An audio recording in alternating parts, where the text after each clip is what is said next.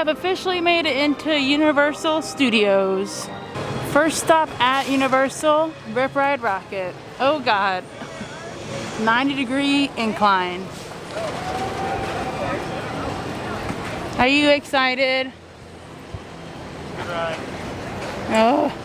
Just came off Rip Ride Rockit. Hate that incline, but it's a great ride regardless. We are just chilling here. We got some cups of water and refilled our hydro flasks up. We have a return time for the Mummy at 4:30 because it's a virtual queue and it's 4:19 right now. So, are you ready? Oh, to get that dino. To ride the Mummy. I am ready to ride the Mummy. Here, are you insane? Get out of here! Curse! It's real! No place is trapped. It's after your souls. It's after your souls. Look for the Magi.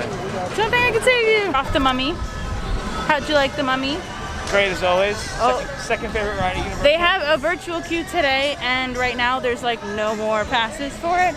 But they said they're opening standby at 5:30. Park closed at 6, so we're gonna try to get to it. Because you can't ride the Mummy just once when you come to Universal. It's such a good ride. Jinx, you owe me soda. We are on our way. Ooh, I'm gonna go wash my hands. Good idea. BRB, gonna go wash my hands. I'm about to enter the best part of Universal Studios. Wow. No. Well, it doesn't look crowded here in this area.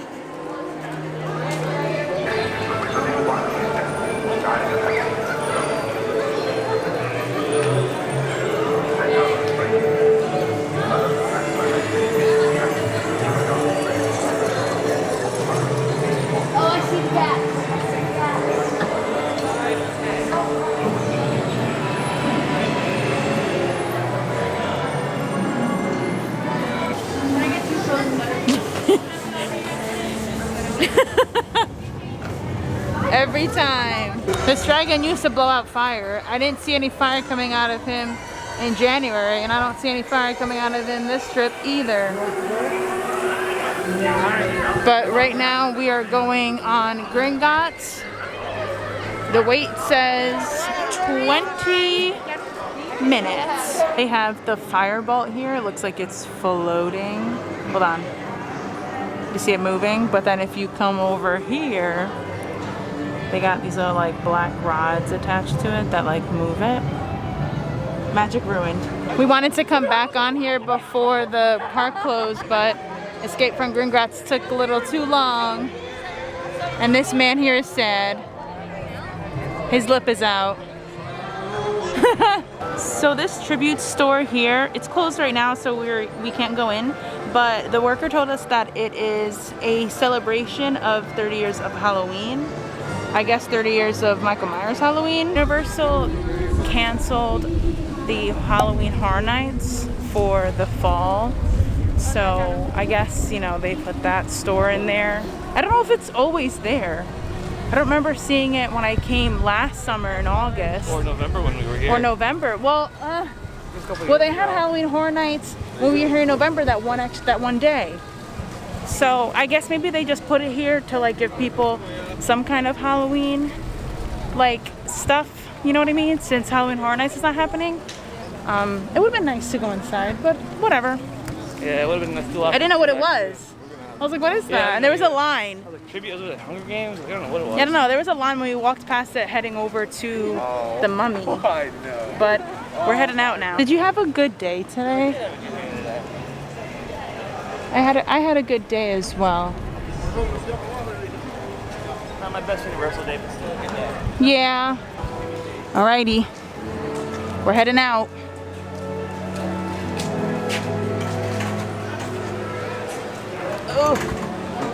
Hey guys, so it's been a couple of days since we were at Universal.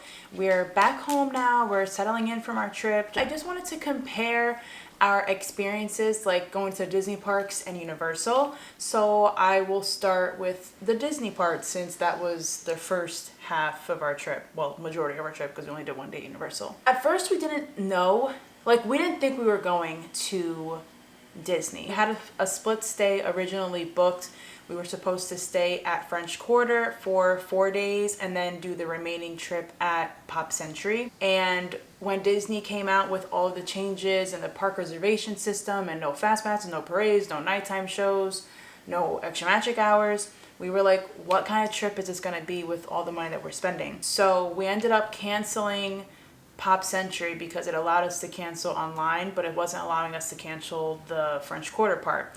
So I was like, okay, you know what? I'm just going to have to call Disney and have them cancel it. We held off for a little bit. You know, we didn't want to make that decision right away. And then we saw people being rebooked to different hotels because their originally booked hotel was closed. So it was probably like 2 weeks out before our check-in date that I called Disney and was like, yeah, you know, we're supposed to stay at French Quarter, but it's closed and there's no reopening date. So we're just trying to figure out, you know, where we could stay. And since we didn't request a specific hotel, we didn't have to pay the difference. I heard, you know, from watching other YouTubers and looking at people on Instagram that if you requested a specific hotel, you had to pay that rate. And since we didn't, we got moved to the Contemporary for the price that we paid for the Moderate Resort. That was just like, because you know, if you've ever stayed at the Contemporary or if you're familiar with the rack rate of the Contemporary, it's usually over $500 a night. So that's kind of the thing that really sold us, that, you know, we would never be able to stay at the Contemporary at such a low price, that we kind of just have to take advantage of this. Overall, it was an absolutely amazing trip. We do not regret going at all. We made sure that we kept ourselves as safe as possible. We always had our masks on. We always made sure that our masks were on properly. We did see some guests who had the masks on over, like under their nose. Just for a few minutes, there wasn't like anybody walking around the park like that. And there were cast members going around the parks, just walking around and making sure that people had their masks on right. And if they didn't, they corrected them politely and just asked them to please make sure that their mask covered their nose and mouth. They were also very up to date with the masks protocol. You know, like while we were there, I think it was our 3rd day that Disney all of a sudden came out and was like, you cannot have a mask that had a valve on it or any kind of mesh material. And that same day, like if they saw anybody with them, they were like, based on our protocols, that mask is no longer allowed in the park. So if you need some, we do have some for sale, but they were on it. They had hand sanitizers before, after each ride, in the queues of the ride. They had hand sanitizers just throughout the park. They had hand washing stations throughout the park. Guests also made sure to follow the markers online. There were very few people that did not follow the rules, but there were cast members that were directing traffic through the queues, and if they noticed anybody that was too close to the party in front of them, they did ask just make sure you step back a little bit and make sure that you're standing on the appropriate marker. So they were really, really on their stuff regarding all the protocols. I did not feel unsafe at all in Disney. And also, if you have your own wipes, you could use them to wipe down the seat if you wanted to, or any high touch areas. If you're on Buzz Lightyear, the little laser gun is definitely something that a lot of people touch. So if you do have your own wipes, they do not say anything to you if you take your wipes out and just wipe things down. If you wanted to wipe down your lap bar before you got on the ride, they did not say anything about it either. I definitely felt super, super safe in Disney. The crowds were extremely low. When Disney said that they were really limited in capacity, they really meant it. When they said that capacity would be so low that you don't need fast passes, they really meant it. And I'm one of those people that I did not believe them at first, but being there, the crowds were just incredibly low, particularly in Animal Kingdom and Epcot. You could really tell. I mean, there's so much open space in those parks that you could really tell capacity was limited. Fantasyland got a little crowded. Really, in the area where Small World and Peter Pan are, that pathway's kind of narrow, and so that kind of got a little crowded. But overall, it was just really great. Hollywood Studios was another park that you could tell the difference. I'm gonna put a picture here showing Chloe. Do you mind? I'm gonna put a picture here showing Hollywood Studios Galaxy's Edge in January of this year, 2020. And then I'll put a picture here showing the Galaxy's Edge in this trip, July of 2020. So you could see that the January picture, there's just so much people in Galaxy's Edge around the Millennium Falcon, and then in July it was just empty. I mean, I have so many pictures of just like nobody in that area. It was just amazing. Me and Ryan had such a great time in Disney. We were really impressed with how they handled the situation. We really felt safe there. Face masks in the summer, they are uncomfortable. Not to the point where we couldn't breathe. They do make you feel very sweaty though. Like, it makes your face overall feel so much hotter than it actually is. You know, when we were able to take our masks off to drink or to eat, it felt like so much cooler once you lowered the mask down. And with our fans, you know, you try to put the fan like over the mask and the air just like wasn't penetrating through the mask, so I don't think the fans really helped. But if you were able to like fan your face when you had your mask off, you know, during appropriate times, it did help. So we did bring several masks with us throughout the day in the parks to switch out. I don't think the mask situation was terrible.